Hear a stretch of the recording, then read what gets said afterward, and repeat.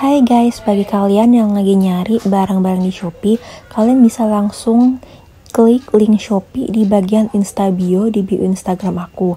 Dan jangan lupa kalian follow Instagram aku juga ya. Hai guys, welcome to my channel. Oke, video kali ini aku bakalan cerita tentang pertama kali aku ketemu sama suami sampai akhirnya kita memutuskan untuk menikah. Soalnya banyak banget kan yang nanya di DM gitu, katanya kak bikinin video dong tentang kakak waktu pertama kali ketemu sama suami tuh kayak gimana. Terus aduh sayang, terus memutuskan untuk menikah itu gimana kak ceritanya. Jadi aku bikin videonya ini video santai ya, bareng Akila. Soalnya kalau aku nungguin dia tidur itu bakalan susah banget untuk aku bikin video sayang. Jadi sekalian aja deh aku ajakin vlog. Sakit nak. Jadi kita sambil baring-baring, sambil tidur. Dia juga sambil main-main. Oke?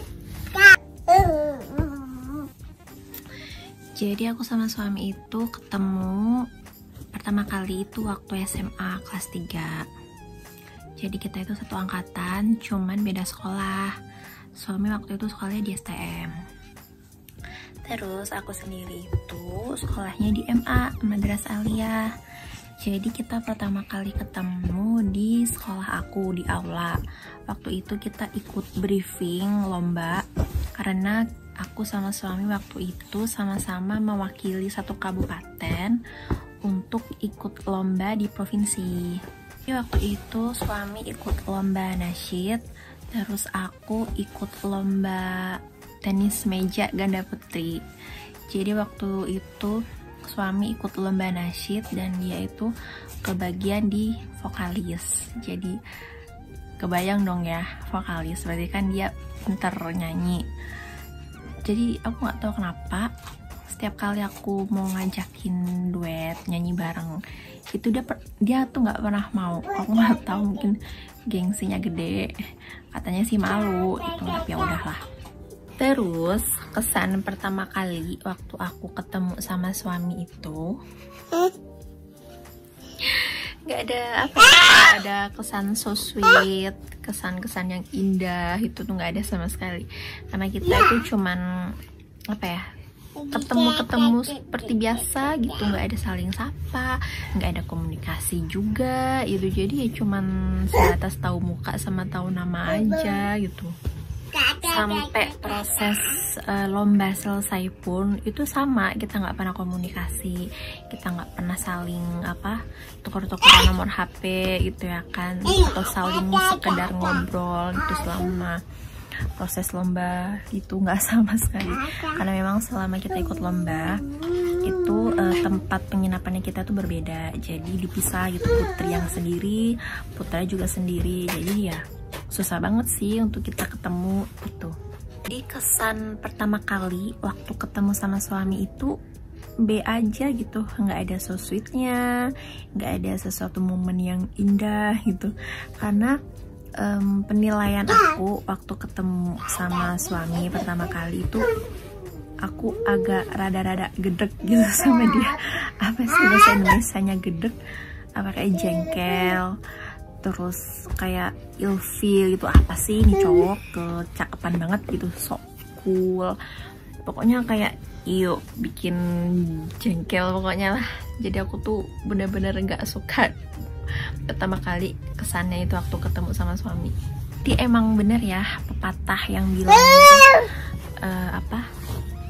kalau benci itu bakalan jadi cinta lama-lama. Iya mungkin ini kali ya. Oke, kita berlanjut lagi. Setelah kita ketemu itu kita lost kontak, kita nggak pernah komunikasi. Ya emang dari awal nggak pernah komunikasi sih. Cuman ya aku bersyukur banget dengan adanya sosial media. Jadi sekalipun kita nggak komunikasi, kita nggak saling sapa gitu, tapi nggak tahu kenapa di setiap sosmed itu kita saling follow. Di IG juga kita saling follow. Waktu itu di Facebook kita juga sama-sama berteman. Terus ya di BBM kita sama-sama punya kontak gitu ya kan, punya pin BB satu sama lain gitu.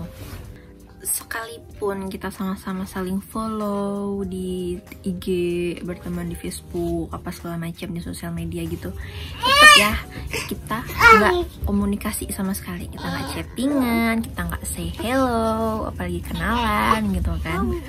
Iya, waktu terus berlalu, kita masih kayak gitu-gitu aja gitu, nggak pernah saling komunikasi gitu ya kan. Dari 2011 itu kita ketemu sampai akhirnya di 2017 pertengahan kayaknya ya, aku lupa juga sih bulannya bulan apa. Itu pertama kali kita mulai PDKT. Awalnya di pertengahan 2017 itu tiba-tiba aku bukan tiba-tiba juga sih, aku memang kalau di IG itu kan suka banget nge-like foto ya, alasannya supaya bisa jadi like for like gitu. Jadi berharap yang fotonya aku like itu bakalan like foto aku duluan gitu kan. Jadi ya udah, pas dia posting foto aku like, jadi semua fotonya dia setiap kali dia posting itu aku like kan. Terus aku nggak tahu, mungkin dia punya apa ya, mungkin dia heran kan, kok ini cewek sering like sih, padahal waktu itu aku nge-like foto Instagram itu ya B aja gitu kan, dengan maksud dan tujuan supaya di like balik gitu foto aku, nggak ada maksud apa-apa gitu kan. Nggak taunya dia like balik foto aku di Instagram gitu.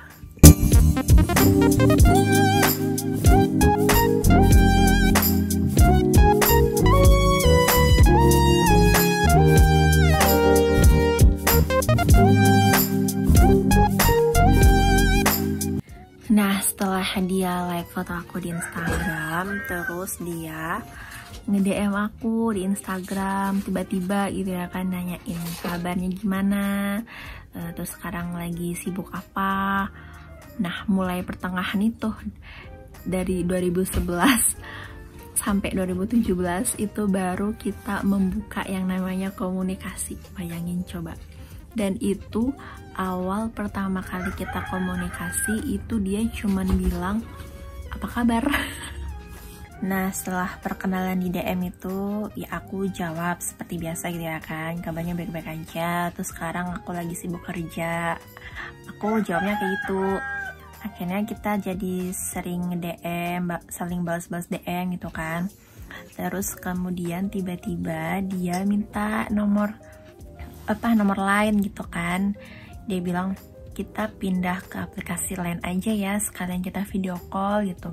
Dulu kan lagi hits zaman-zaman lain kan, sekarang aku udah gak pakai lain lagi. Dulu tuh zaman-zaman PDKT itu zaman-zaman yang paling sweet banget.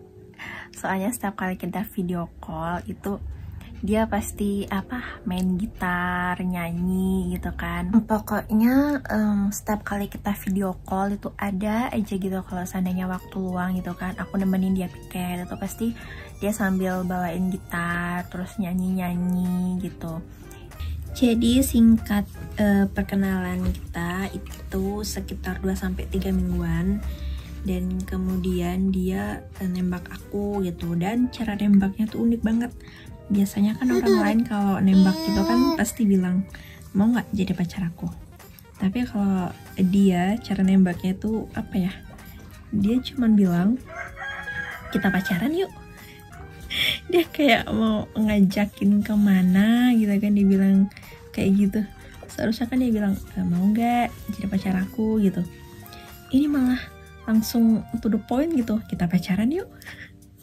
Yang jelas di situ aku shock, kaget, dan nggak tahu mesti jawab apa, harus berekspresi apa waktu itu.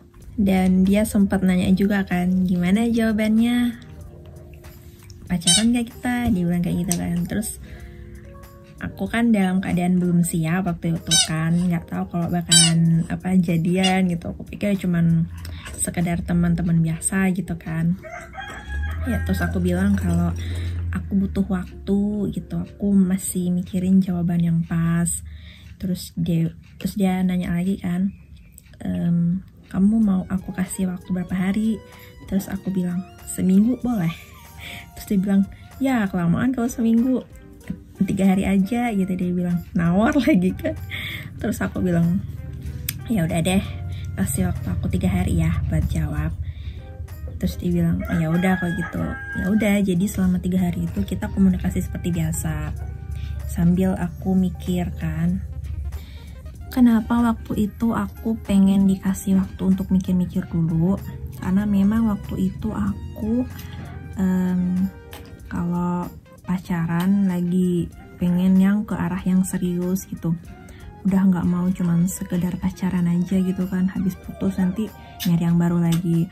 Aku prinsipnya waktu itu nggak mau kayak gitu. Jadi aku tuh tiap selama 3 hari itu aku tuh sholat istiqoroh.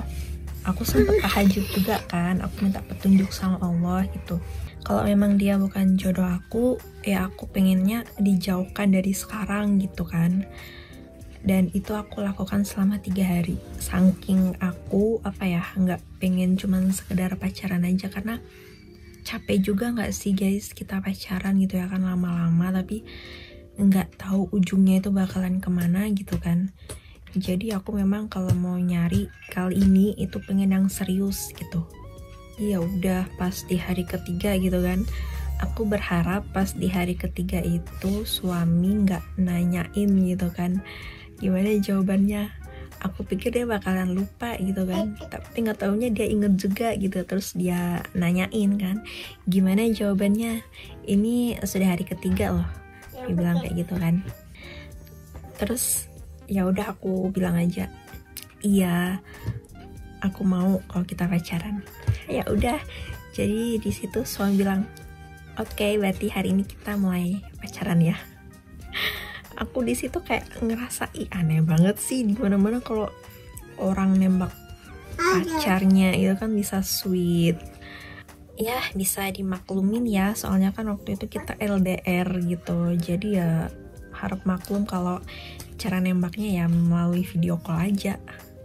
Oke, singkat cerita pacaran kita itu dimulai bulan Juni akhir 2017. Terus kemudian aku bulan Agustus 2017 juga itu terikat kontrak. Dan aku kan lulus ikut Nusantara Sehat tuh. Jadi aku 2 tahun itu belum bisa nikah ya kan. Jadi ya udah, terus kita punya komitmen untuk tunangan dulu gitu. Jadi tunanganku itu bulan Maret 2018 tahun depannya. Jadi jarak dari kita pacaran itu bulan Juni 2017 itu sekitar 9 bulan ya, sampai ke bulan Maret 2018.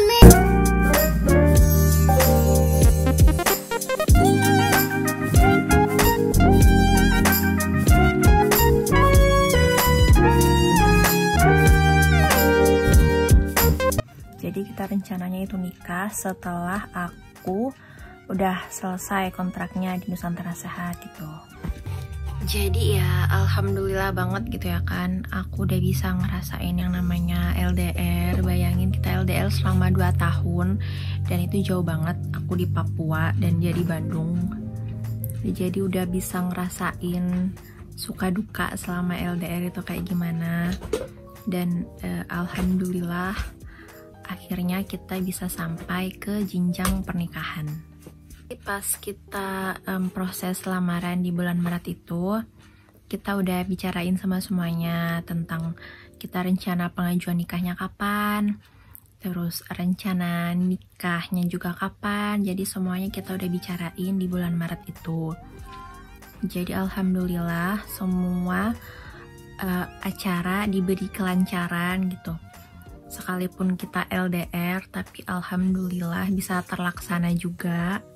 Terus jarak dari tunangan ke kita nikah itu lumayan jauh banget guys. Kurang lebih 1 tahun lebih, karena kita tunangannya kan di bulan Maret 2018. Terus kita memutuskan untuk nikah itu di September 2019.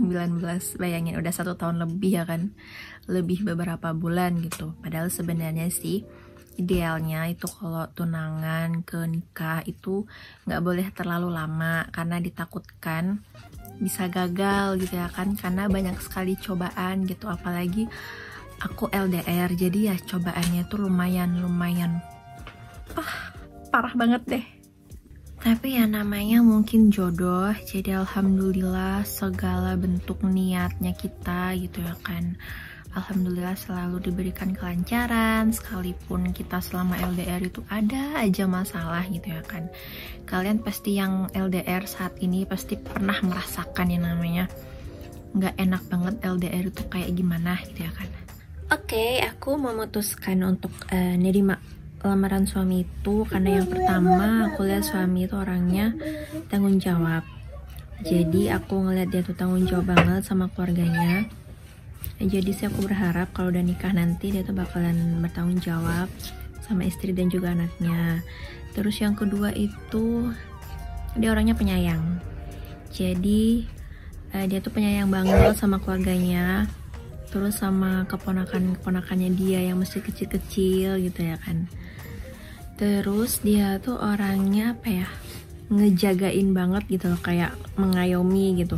Jadi dia tuh nggak bakalan ngebiarin kita kalau kemana-mana itu sendiri, pasti ditemenin gitu ya kan. Sekalipun kita LDR waktu itu, tapi dia selalu nemenin aku, entah itu via telepon atau video call, pokoknya ada aja dia temenin gitu. Terus kemudian dia itu juga selama pacaran sama aku, mulai dari pacaran sampai tunangan gitu ya kan, dia deket sama keluarga aku juga itu.